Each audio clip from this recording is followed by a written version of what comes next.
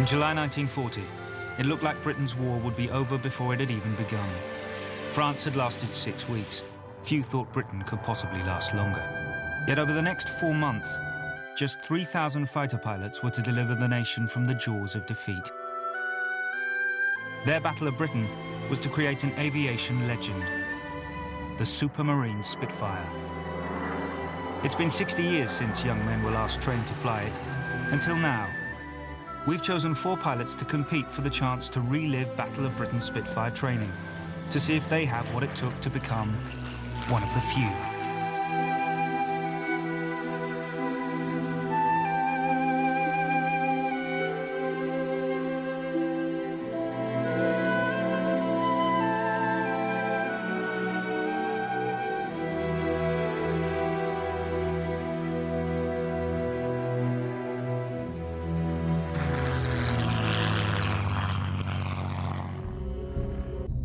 By July 1940, all the Allies who'd fought alongside the British were gone. As France collapsed, the British Army was pulled off the beaches of Dunkirk. But there was no disguising it had been a rout. The government was in turmoil, and there were many who believed the only way to avoid invasion was to sue for peace. All that stood between Britain and certain defeat was 20 miles of the English Channel. But there was one glimmer of hope. Even the all-conquering Germans knew that before they could launch their invasion barges, first they would have to destroy the RAF. This gave Churchill one last chance. He staked everything on the RAF holding out. If Britain could resist the Luftwaffe until winter, there could be no invasion until at least the following spring.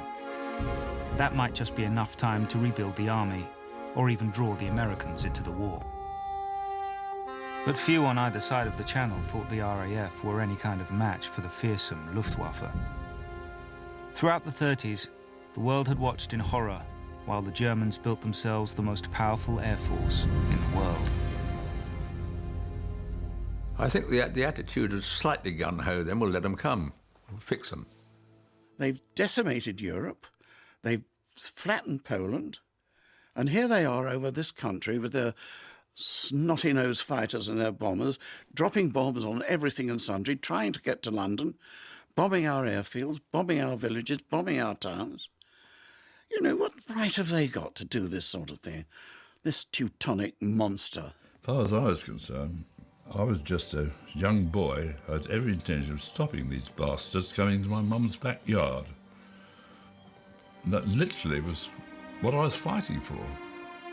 For the next 4 months, these pilots were to live in a world of nerves, exhaustion, and death. By Christmas, 1 in 6 of those who flew in the Battle of Britain would be dead. Fighter Command drew its pilots from all sorts of backgrounds, but what united them was not just the ability to fly Spitfires, but to go to war in them. 60 years later, the questions remain as pointed as ever. What did it take to fly a Spitfire in anger, with the fate of the free world resting on your shoulders? And what was the difference between just being a flyer and a fighter pilot? To find out, we've enlisted 4 pilots who reflect the makeup of the wartime RAF. Fighter Command drew its pilots from various sources, but its core was the pre-war regular RAF. So we've recruited a pilot just out of RAF basic training. My name's John Sweet, I'm 20 and I'm a pilot in the Air Force. I've just finished my elementary flying training, which is 60 hours worth of flying with the RAF. Then there was the Auxiliary Air Force, recruited from gentlemen's clubs and universities, the social cream, where the right friends and accent could count as much as your flying skills. To represent these pilots, we've brought in a member of Bristol University Air Squadron. My name's Ben Mosterby-Brooks. I'm 20 years of age and I have approximately 105 hours total on light aircraft.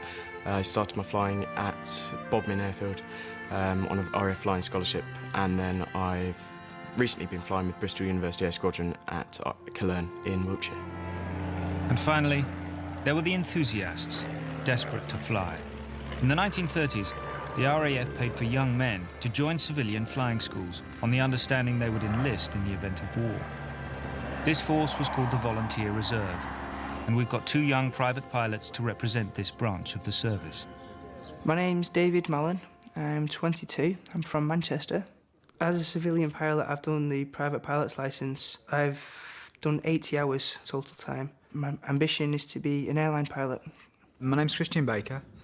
I'm 21. At this moment in time, I'm working for myself. I'm doing a lot with exotic cars. I'm about 5 months now, but I've been doing about 5, possibly 6 hours a week. I'm somewhere in the region of 55, 56 hours, and thoroughly enjoying it. These 4 pilots will be competing for the chance to fly in a plane that has become a legend. However, Britain was lucky to have the Spitfire. When war started, they had been in service with the RAF for barely a year.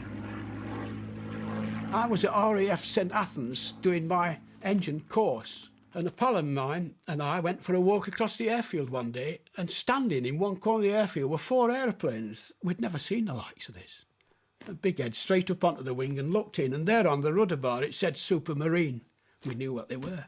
We'd heard such a lot of talk about them. We thought, oh my God. And that was the first Spitfire I ever saw, parked on St Athens airfield, brand new, never been let off, you know, nothing on the clock. And it was so beautiful. On the ground, standing still, it looked as if it were doing 400 miles an hour. I was open-mouthed. It looked right. It looked like a fighter. It was wonderful. It looks a beautiful, beautiful little aeroplane. Oh yeah, I wanted to fly one. I was jolly lucky to do so too. You're not flying an airplane, you've got wings on your back, and you're just flying. It is a dream. It's rather like, you know, being a kid and being asked to drive a Bugatti with somebody else paying for the fuel, sort of thing. It was a wonderful thing. It's the most viceless airplane I have ever flown. I loved it. There are only a tiny handful of Spitfires still flying today, typically worth over £1 million each, and only flown by highly specialised pilots. So we've teamed up with Carolyn Grace, the one person who can give inexperienced pilots like ours the chance to fly a Spitfire. As well as being the world's leading female Spitfire pilot, she owns the only dual-seater still in operation. The grey Spitfire is a very unusual Spitfire. In fact, at the moment it's really quite unique. It is the only remaining operational 2-seat configuration Spitfire from the war. It was a single-seat fighter during the latter part of the war. The grey Spitfire is a Mark IX, built in 1944. It flew over 170 combat missions as a single-seat fighter. It was the first Allied plane to shoot down an enemy aircraft on D-Day, and for this reason, still sports its black and white invasion markings. What saved it from being scrapped, as most of them were after the war, was the fact that it was converted by Supermarine at Southampton as an advanced trainer. It was my late husband Nick's ambition from a very young age to fly a Spitfire, and he knew that he would never be given one to fly, so he acquired one from a museum in 1979 and spent 5 years rebuilding it. He was going to put it back to the single-seat configuration, and I said, no, I'd like a 2-seat configuration, please. And it was a wonderful, exciting moment when he first flew the aeroplane in 1985 with me in the back. And he went on to display the aircraft for another 3 years around the country and was well known. And then in October '88, he was killed coming home in a car accident. Having lost the person, I was determined that our children, Olivia and Richard, aged 4 and 5 then, were not going to lose the actual personality or the achievement of their father. So I knew that the Spitfire was part of the family, and it was going to be an enormous struggle, but I would learn to fly the Spitfire and keep it going in memory of him. As this plane has 2 sets of controls, our trainee pilots fly for themselves. But it won't just be a quick jaunt around the park. The pilot selected for the full 9 hours will be pushed all the way to full combat manoeuvres via the disciplines of navigation and formation flying. They will be pushing the Spitfire close to its limits. And while nobody will be shooting at them, they will get a glimpse of some of the biggest hazards facing fighter pilots. But even in 1940, not every pilot got to fly a Spitfire. So only the 2 most promising will get the chance to fly it. and just one will then be selected for the 9 hours battle training. Their first challenge, however, will be to convince flight instructor Brendan that they have the right stuff. And like their predecessors, they will have to do it in a Tiger Moth.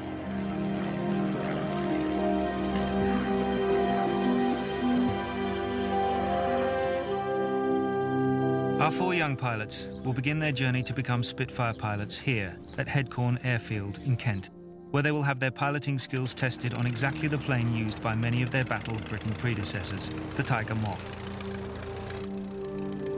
They will be in the hands of flying instructor Brendan O'Brien, who will then make the tough decision which of the 4 pilots will go on to fly the Spitfire. Good morning, gentlemen. Welcome to Headcorn Airfield, the first morning's briefing. My name's Brendan O'Brien, and I'm going to be your instructor on the Tiger Moth for the next several days. Now, I think you all know why you're here, but just to recap, OK? You're all going to fly with me on the Tiger Moth over the next few days, yeah? 2 of you then will be selected to go on to fly the Spitfire. Out of those 2, 1 will be selected to do advanced flying training and aerobatics on the Spitfire. At the end of that time, that person will have a very good idea of what it was like to be a young fighter pilot during World War II. The first to clamber into the cockpit is Christian. The Tiger Moth made an excellent basic training aircraft during the 30s, as it is said to be easy to fly, but hard to fly well. You really get this feeling, the smell and like the old smell. It's just like being back in 1940s. And the airport here where we're at now is such an old-fashioned airport. You might, if you shut your eyes, you might as well be back in the 1940s. Fuel on. Fuel on. Throttle set. Throttle set. Contact. Contact. It's sort of always been in the family, really. My granddad flew Spitfires. So I'd go to their house and I'd see pictures of him by aircraft on the walls. So it was always there from a young age. And then as I got older, I got involved with the Air Training Corps. And sort of got a little bit more flying there to see what it's like. And the more I found out about it, the more enthused I've been to carry on, really. Yeah, I used to read a lot of history books about the First World War and the Second World War, and things like Biggles books and all the old stories about pilots in the sort of the olden times flying, like Tiger Moths, obviously, and Sopwith Camels and things like that. I got really interested in it, and then obviously went on and joined the Air Force later on in life. Many Battle of Britain pilots earned their wings on Tiger Moths before moving on to advanced trainers and then Spitfires or Hurricanes. It's all that an elementary trainer should be, but it was a nice aircraft to fly, aerobatic, and because they had so much lift that they bounced about the sky, so that if you're doing formation flying, it was much harder to keep position in the formation. Overall, I'd give it 8 out of 10, I'd say. Okay, you have control. High control. Have a good look round, check that it's all clear. It's clear. Jolly good. So just lower the nose, elevator control speed, power controls ascent and descent. Okay. Good. Off you go from there then. The Tiger Moth will give Brendan a clear idea of each of our pilots' flying abilities, whilst giving them a vivid first impression of the realities of 1930s RAF fighter pilot training. Okay, all yours, dear old boy. You can side slip down, yes? Okay. Whoa, sorry, shit. Sorry. No, a little bit more subtly, like that. And you're about to flick into the ground, mate, okay? Just 10 years before the outbreak of war, the RAF's frontline fighters weren't that different from the Tiger Moth. In 1929, the best the RAF had to offer was the Bristol Bulldog, a lightly armed biplane capable of just 174 miles per hour. But with Germany starting to rearm, it became alarmingly clear this would have to change. The middle of the 1930s saw a revolution in the design of fighter aircraft. A move away from a biplane that was made of wood and doped fabric to an all-metal monoplane. And the prime reason for that was the need for speed.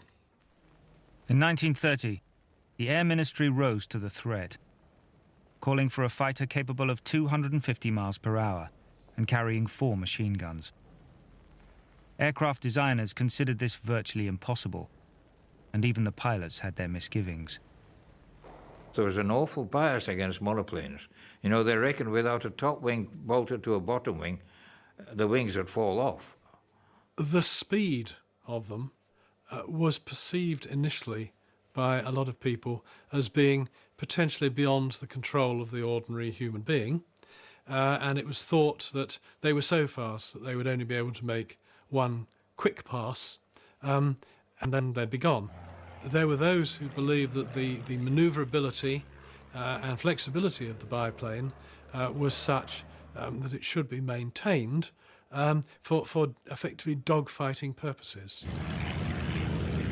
Christian has survived his first flight in the Tiger Moth and is beginning to see why generations of pilots think so highly of them.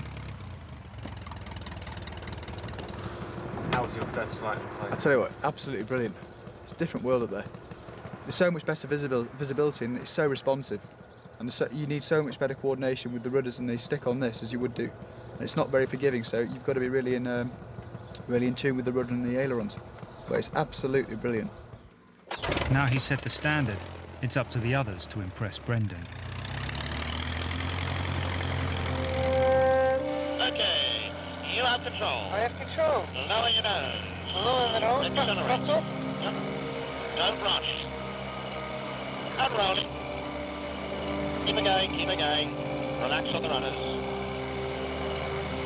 That was fine. You'd have been absolutely perfect there. There's more back pressure. Just relax. Do the same thing without all the aggression and the aggressive pulling it. On you go, pull and roll.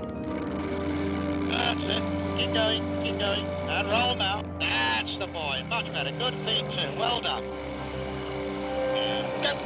Ooh. Don't stop, you cow. Good. Not too hard, bit too hard. Okay. That was good, but just a bit hard and aggressive. Be smooth. Okay. Make love to the sky, do not shag it.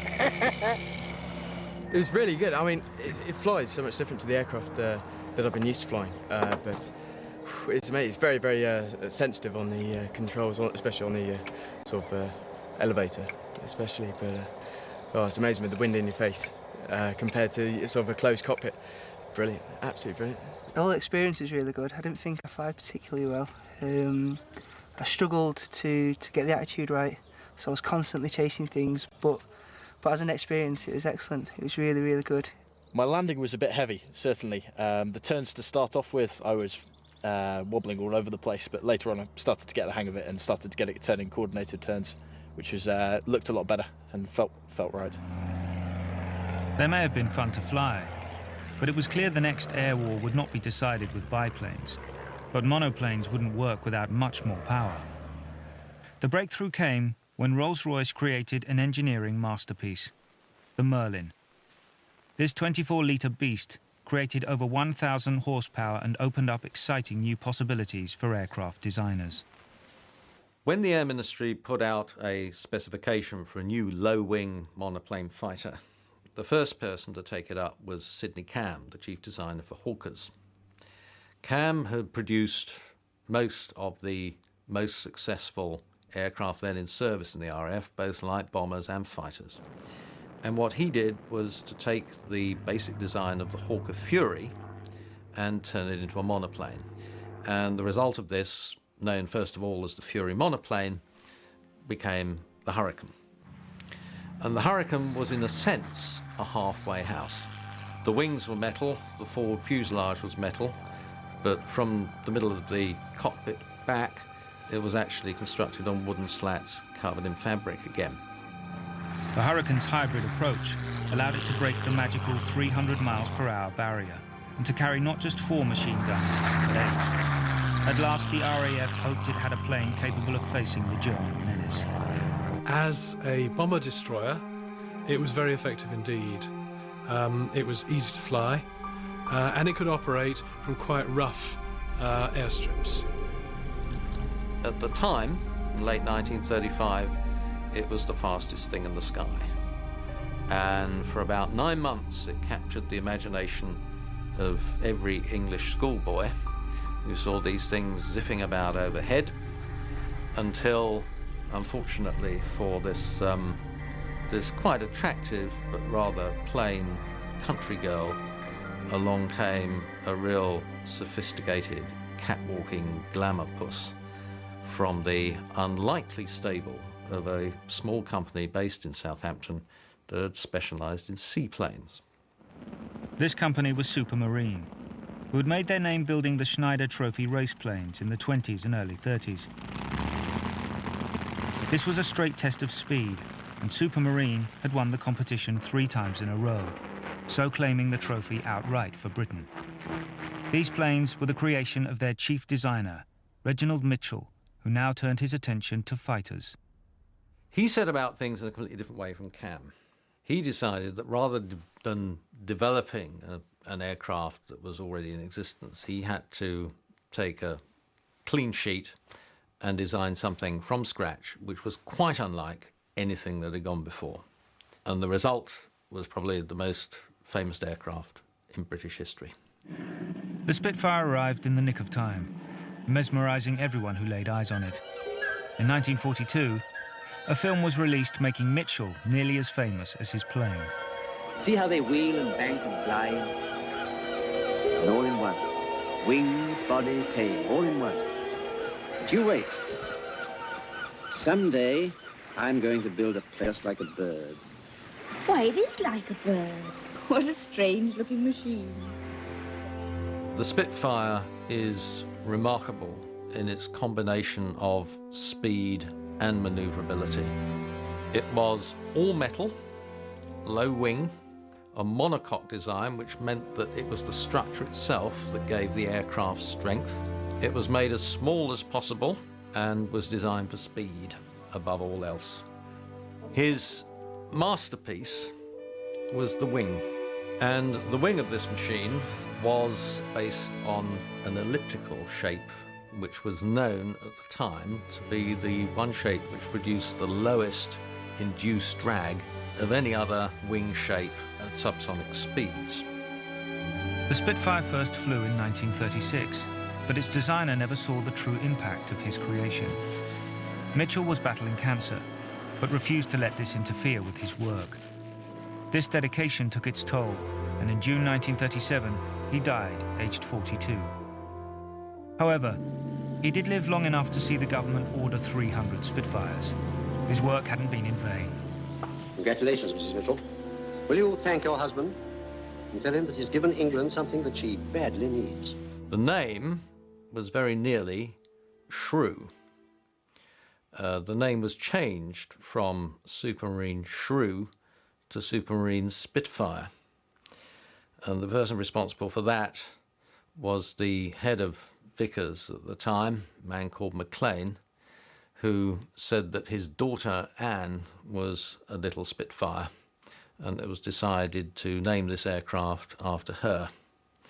A rather bad-tempered woman, although in the opinion of the pilots she's always been a real lady. Mitchell had only one comment: that's just the sort of bloody silly name they would give it, isn't it?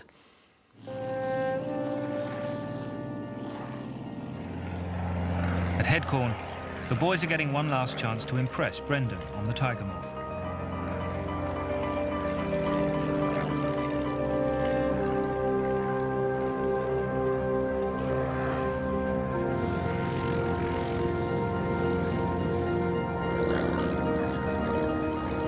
After 3 days of trials in the Tiger Moth, Brendan has the task of deciding which of our 4 young pilots will be going on to fly Mitchell's revolutionary creation. After 3 days of really hard flying, it's decision time to decide who is going to go forward to fly the Spitfire. There was clearly at the end, although for the first couple of days it was frankly anybody's, but there was one who was clearly ahead, and that was John. And the reason for that, it did show through, was his professional Air Force training and a great deal of aptitude as well. Ben flew extremely well, again with an Air Force training, very competent, a very nice pair of hands, as we say in the business, and I would certainly want him as one of my wingmen. Christian, a great character and sport, full of enthusiasm, and I think considering he was the one with the least number of hours, he did extremely well. Dave, who hasn't actually been doing a lot of regular flying lately, I have to say was the one that improved the most in the shortest period of time. Gentlemen, the moment of truth. Two going forward for the Spitfire flying are John and Dave. Well done, both of you. Thank you very much. John, your professional training as an Air Force pilot obviously showed through, as well as a great deal of aptitude. Dave, you actually made the greatest over the period of time. A great job, well done. Thank you all very much, and well done. I don't have a chance of doing that kind of stuff, and congratulations. Cheers, mate. This is Officers' Mess, Drem, East Lothian, 21st of June, 1940. Dear Mum and Dad, it's rather nice to belong to a Spitfire squadron because they are fairly few and far between, and the Spitfire is still the fastest single-engine fighter, I believe. I've still to make my maiden voyage, but hope to do that tomorrow. Up to now, I've flown a Tiger Moth and a Magister around the countryside just to get an idea of the lie of the land. More soon. Love as always, Nigel. For John Sweet and Dave Mallon, it's time to move to Duxford, one of the key Battle of Britain airfields. Today, it's home to the Imperial War Museum's collection of historic aircraft, as well as Carolyn Grace's two-seater Spitfire. As war broke out in 1939, it was clear Mitchell's work hadn't come a day too soon. The salad days of pre-war flying were over. Things were about to get serious. This week, having flown the Tiger Moths last week, you're going to learn to fly a Spitfire. By Wednesday, we will have assessed both of your abilities as fighter pilots. We will choose one of you who will then go on to do a full 9 hours in the Spitfire of combat training, and at the end of that you will have about the same amount of hours that a number of the Battle of Britain pilots had when they indeed went to combat. We flew Spitfires straight from biplanes. None of us had ever flown low-wing monoplanes before, and suddenly we were faced with these fearsome aeroplanes called Spitfires. And all the training you had was to sit in the hangar with a blindfold round your eyes and the Spitfires on trestles, and you felt around the cockpit trying to identify all the tits and bits, pulling the wheels up and put the flaps down, etc., etc., for half a day, and introduced your aeroplane and to get on with it. Gives you goosebumps all over, doesn't it? Yeah, it does me. Quite literally. I can remember this lineup of Spitfires and thinking, my goodness, that's going to be something. We walked over to this thing, we looked at it, we stroked it. I fell in love with it. Just had one Spitfire, but then a couple of days later, 15 more turned up, and we were a fighter squadron. Same compass, though. No, it's split flap underneath the wing. Underneath the wing, okay. It's very business-like on the inside. There's not many frills around, not many cushions in the seat either. It was the latest and fastest thing, and a little bit daunting when somebody said, there's one, go and have a go at it, see how you get on. It's completely different to a Cessna 150. It's a different ballgame altogether. It's a fighter. There were no pilot's notes in those days. All we were given was a quarto sheet of paper with the climbing speed, stalling speed, cruising speed and cruising revs. That was about it. To step from a Tiger Moth and step into a Spitfire is huge step. And these people that had to do it in 1940, it's pretty special, big step. Somebody took you out and showed you, the stick and things like that. This is the propeller, the RPM. Our introduction was to a test pilot who just said, well, this is the petrol system. That's the engine instruments, there's your flying plan. It's easy, no trouble at all. You had things that went up and down and round about, undercarriages that went up, flaps that came down, and all this kind of thing. We're completely unused to them. Excuse me, would you tell me how to start the thing, You press that button. And the very best of luck. The whole plane as a whole is awe-inspiring. I think when you look inside the cockpit, though, it makes you feel maybe nervous, I suppose. Thinking it's reality is I'm going to be flying this thing in a short while, so a little nervous, if anything, really. It should be fun. Very, very, very, very excited. One thing's very striking in reading the accounts of pilots first meetings with this aircraft is that they always use the same analogy. This aircraft, which after all is a very phallic-looking machine, is always female. She's always glamorous, she's always a lady, and she's their girlfriend. And the vast majority of them fall in love with her and make love to her when they fly. And the Spitfire has, to a degree unmatched, I think, by any other aircraft, the power of eros behind it. These are young men of 18, 20, laden with testosterone, and what do? They transfer all their fantasies to this machine, and it seems to invite them, even to crowds who watch them at air shows today. Dave is about to take off for his first flight in the Spitfire. But he won't just be a passenger. When the plane is airborne, he will be in full control of this historic aircraft. Okay. You'll never believe the feeling to sit in a Spitfire for the first time. Oh, it was never nothing like it. Okay, we're in. You're in. Apart from the Spitfire being a beautiful aircraft to look at, nice and small, and you fitted into it beautifully, it also had a wonderful smell. I love the smell of a Spitfire. Whether it be the oil, the smell from the engine exhaust as well, but I felt at home with it. So we'll put this on now. I'm going to help you with this. You've sat in the cockpit a long time, a chap over your shoulder, showing you everything, and saying how things behaved, but you didn't know how it was going to behave until you actually flew it. Quite a moment. Big gulp before you start off. Yes, it is a big moment in one's life. I'm a lot more relaxed now. The aircraft, after we've walked around the aircraft, you get to know the aircraft more. I'm sure it's going to be completely different when the big Merlin engine swings into action and the noise, but I'm excited now. Yeah, very excited. I just want to get airborne and see how it feels.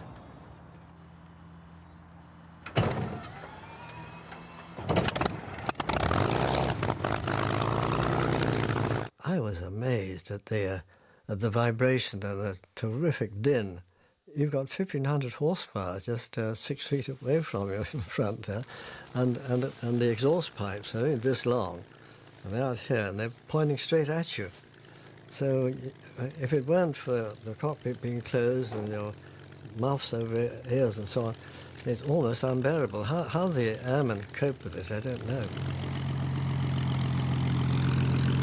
You get into this thing and you taxi out and you can't see a thing in front of you because the nose is stuck right up in the air. So you have to keep going from side to side on the way out, then you line up and you open the throttle and the almighty warmth hits you. Camera's closed. It's closed. I'm just going to put the main fuel tank on again now. Okay, knees out the way. And we are ready to go.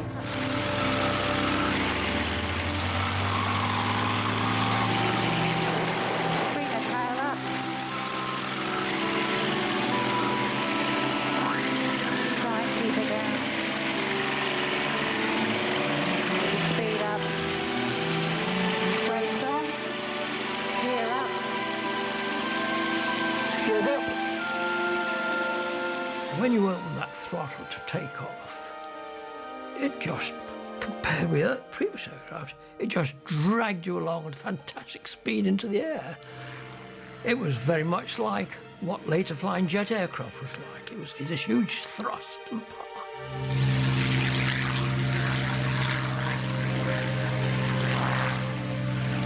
Bring the RPM back to 2650. Sensation in getting a Spitfire airborne, even in later years, was always quite a thrill, quite exciting.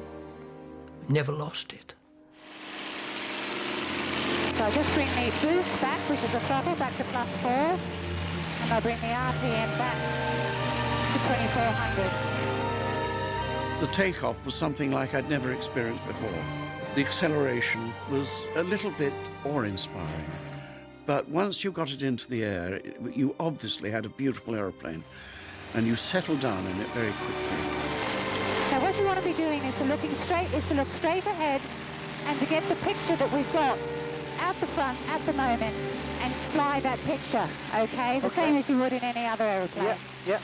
And I'm going to give control to you, so you have control. I have control? You have control. Okay. Okay, just keep that picture out the front.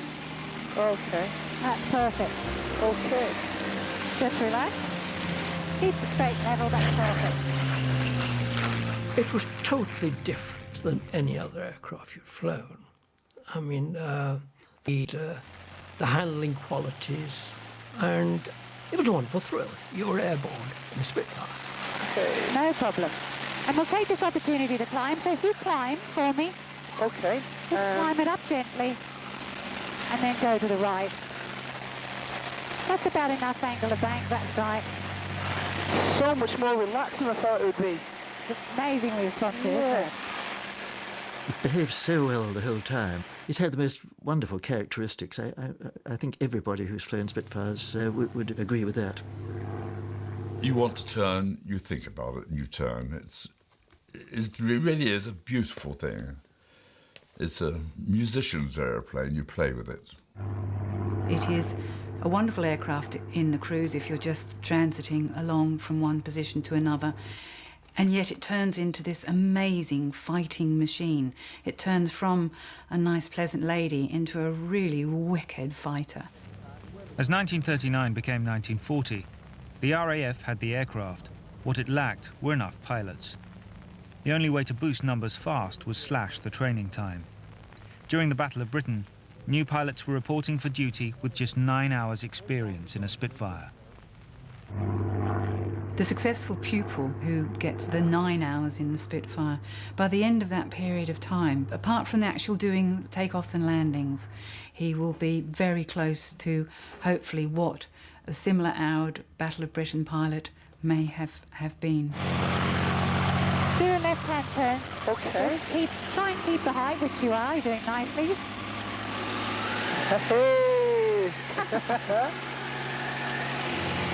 Just bring it back again now, and then go to the right. You've got some natural ability there, Dave. I can see why you were chosen. You're not to tell you the truth to get through, but... Yeah. No complaints if you get to fly a Spitfire. Dave has completed his first hour's flight in a Spitfire.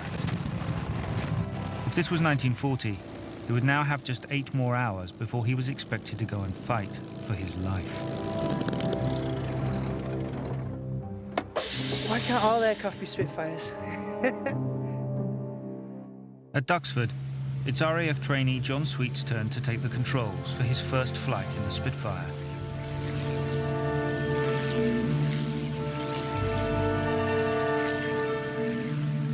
Back in 1940, pilots would have been on the lookout for enemy fighters from the moment they took off. On the 10th of July 1940, the scale and ferocity of air fighting increased dramatically. It is therefore considered to be day one of the Battle of Britain. Okay, I'm going to hand over control to you now. You have control. I have control. You have. At the beginning of July, Fighter Command had 754 Hurricanes and Spitfires at their disposal, 2/3 of which were Hurricanes and just 1/3 Spitfires. The Spitfire has become the kind of emblem of the Battle of Britain, almost the emblem of Britain's war effort. But in 1940, I think we need to think of this as the battle that was won by Hurricanes and Spitfires, and not just by Spitfires. Well, I've flown both the Hurricane and the Spitfire. The Hurricane was a good aircraft to fight in. I brought one home once when a chap had got on my tail. He looked like a colander. But they were able to repair it. I was back on the line in the squadron within 6 weeks. It was a better aircraft than the Spitfire in certain respects. It was a better gun platform, and it had the same armament, of course. And it turned more quickly, but it didn't really matter. But it didn't have the agility of a Spitfire. The speed and manoeuvrability of the Spitfires made them ideal to take on the fighter escorts, while the sturdy Hurricanes took on the bombers. We found it quite satisfactory to do that, because the bombers, used to come across in formation at between 15 and 18,000 feet. And we were sufficiently agile to be able to cope with the bombers quite well. But of course, it was whilst we were attacking the bombers, we used to be clobbered from behind by the escorts, and we couldn't cope with them. We couldn't cope with them. What they faced was the greatest air armada the world had ever seen. Ranged against them were 1,107 Messerschmitt 109s, the most feared and deadly of the German fighters. On top of this, the Germans had 357 twin-engined Messerschmitt 110 fighters, 1,380 Heinkel, Dornier and Junkers twin-engined bombers, along with 428 deadly Stuka dive bombers ready to throw into battle. The odds of 4-1 ranged against Fighter Command looked daunting. Little wonder the Germans thought it would be all over in a week. Okay, level out there. Okay, I'm going to pull the boost back to a half. Okay. And then pull the RPM down to 2,000, was it? Or Yeah, that'll be fine, yeah. Okay. Okay, boost coming back. Yep. And the RPM coming back.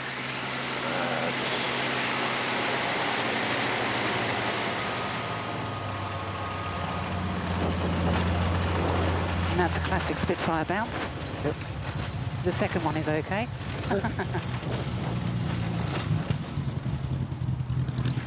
That was fantastic. It was a little bit twitchy to start off with, but once I got the hang of it, it's absolutely wonderful aircraft to fly. It's really nice and smooth and very responsive to everything you do.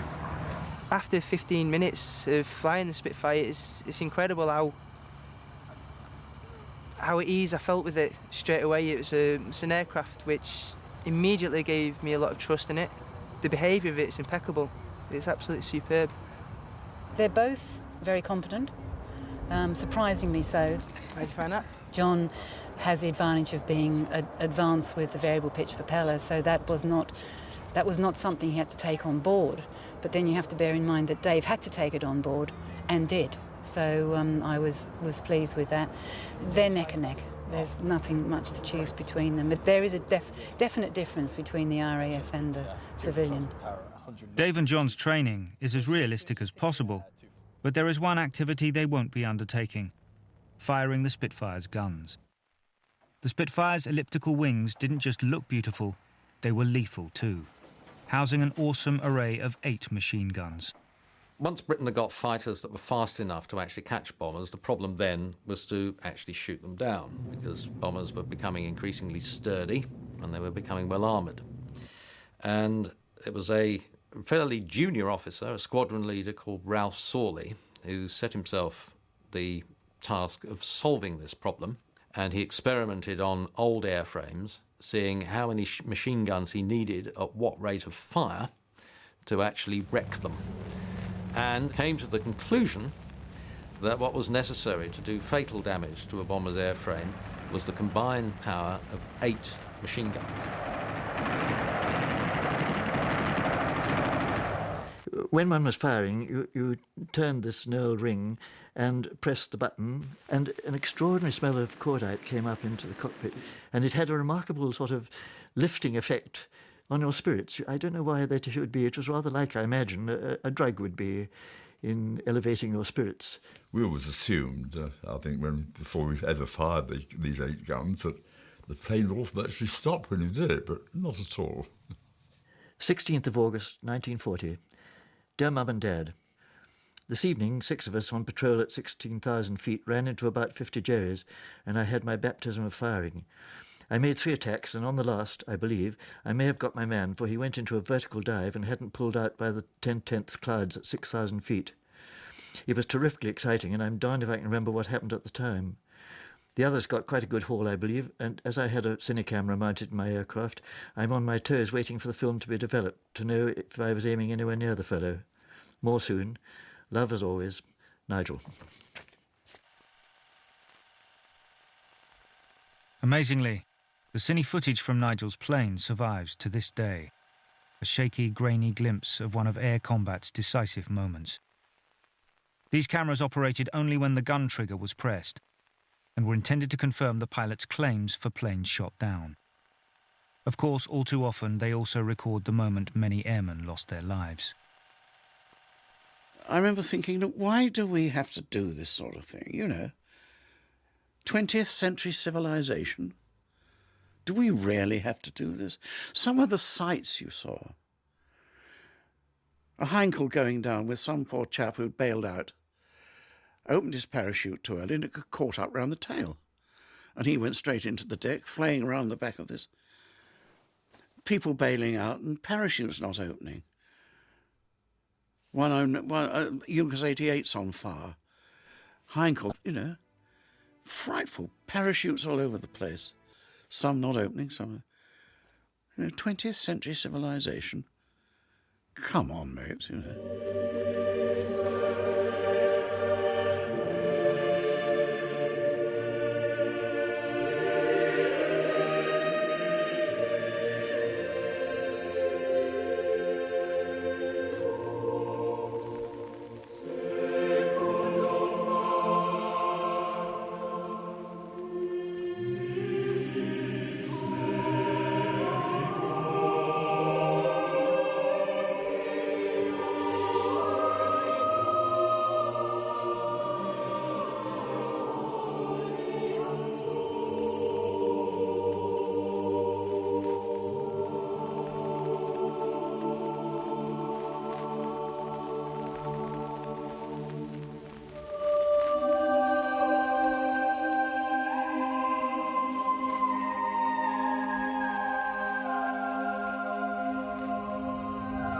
Killing is something that,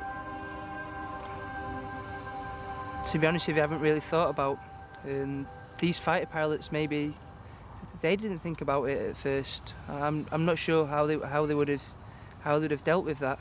But I imagine the anger and the sheer determination to save Britain from invasion would be enough.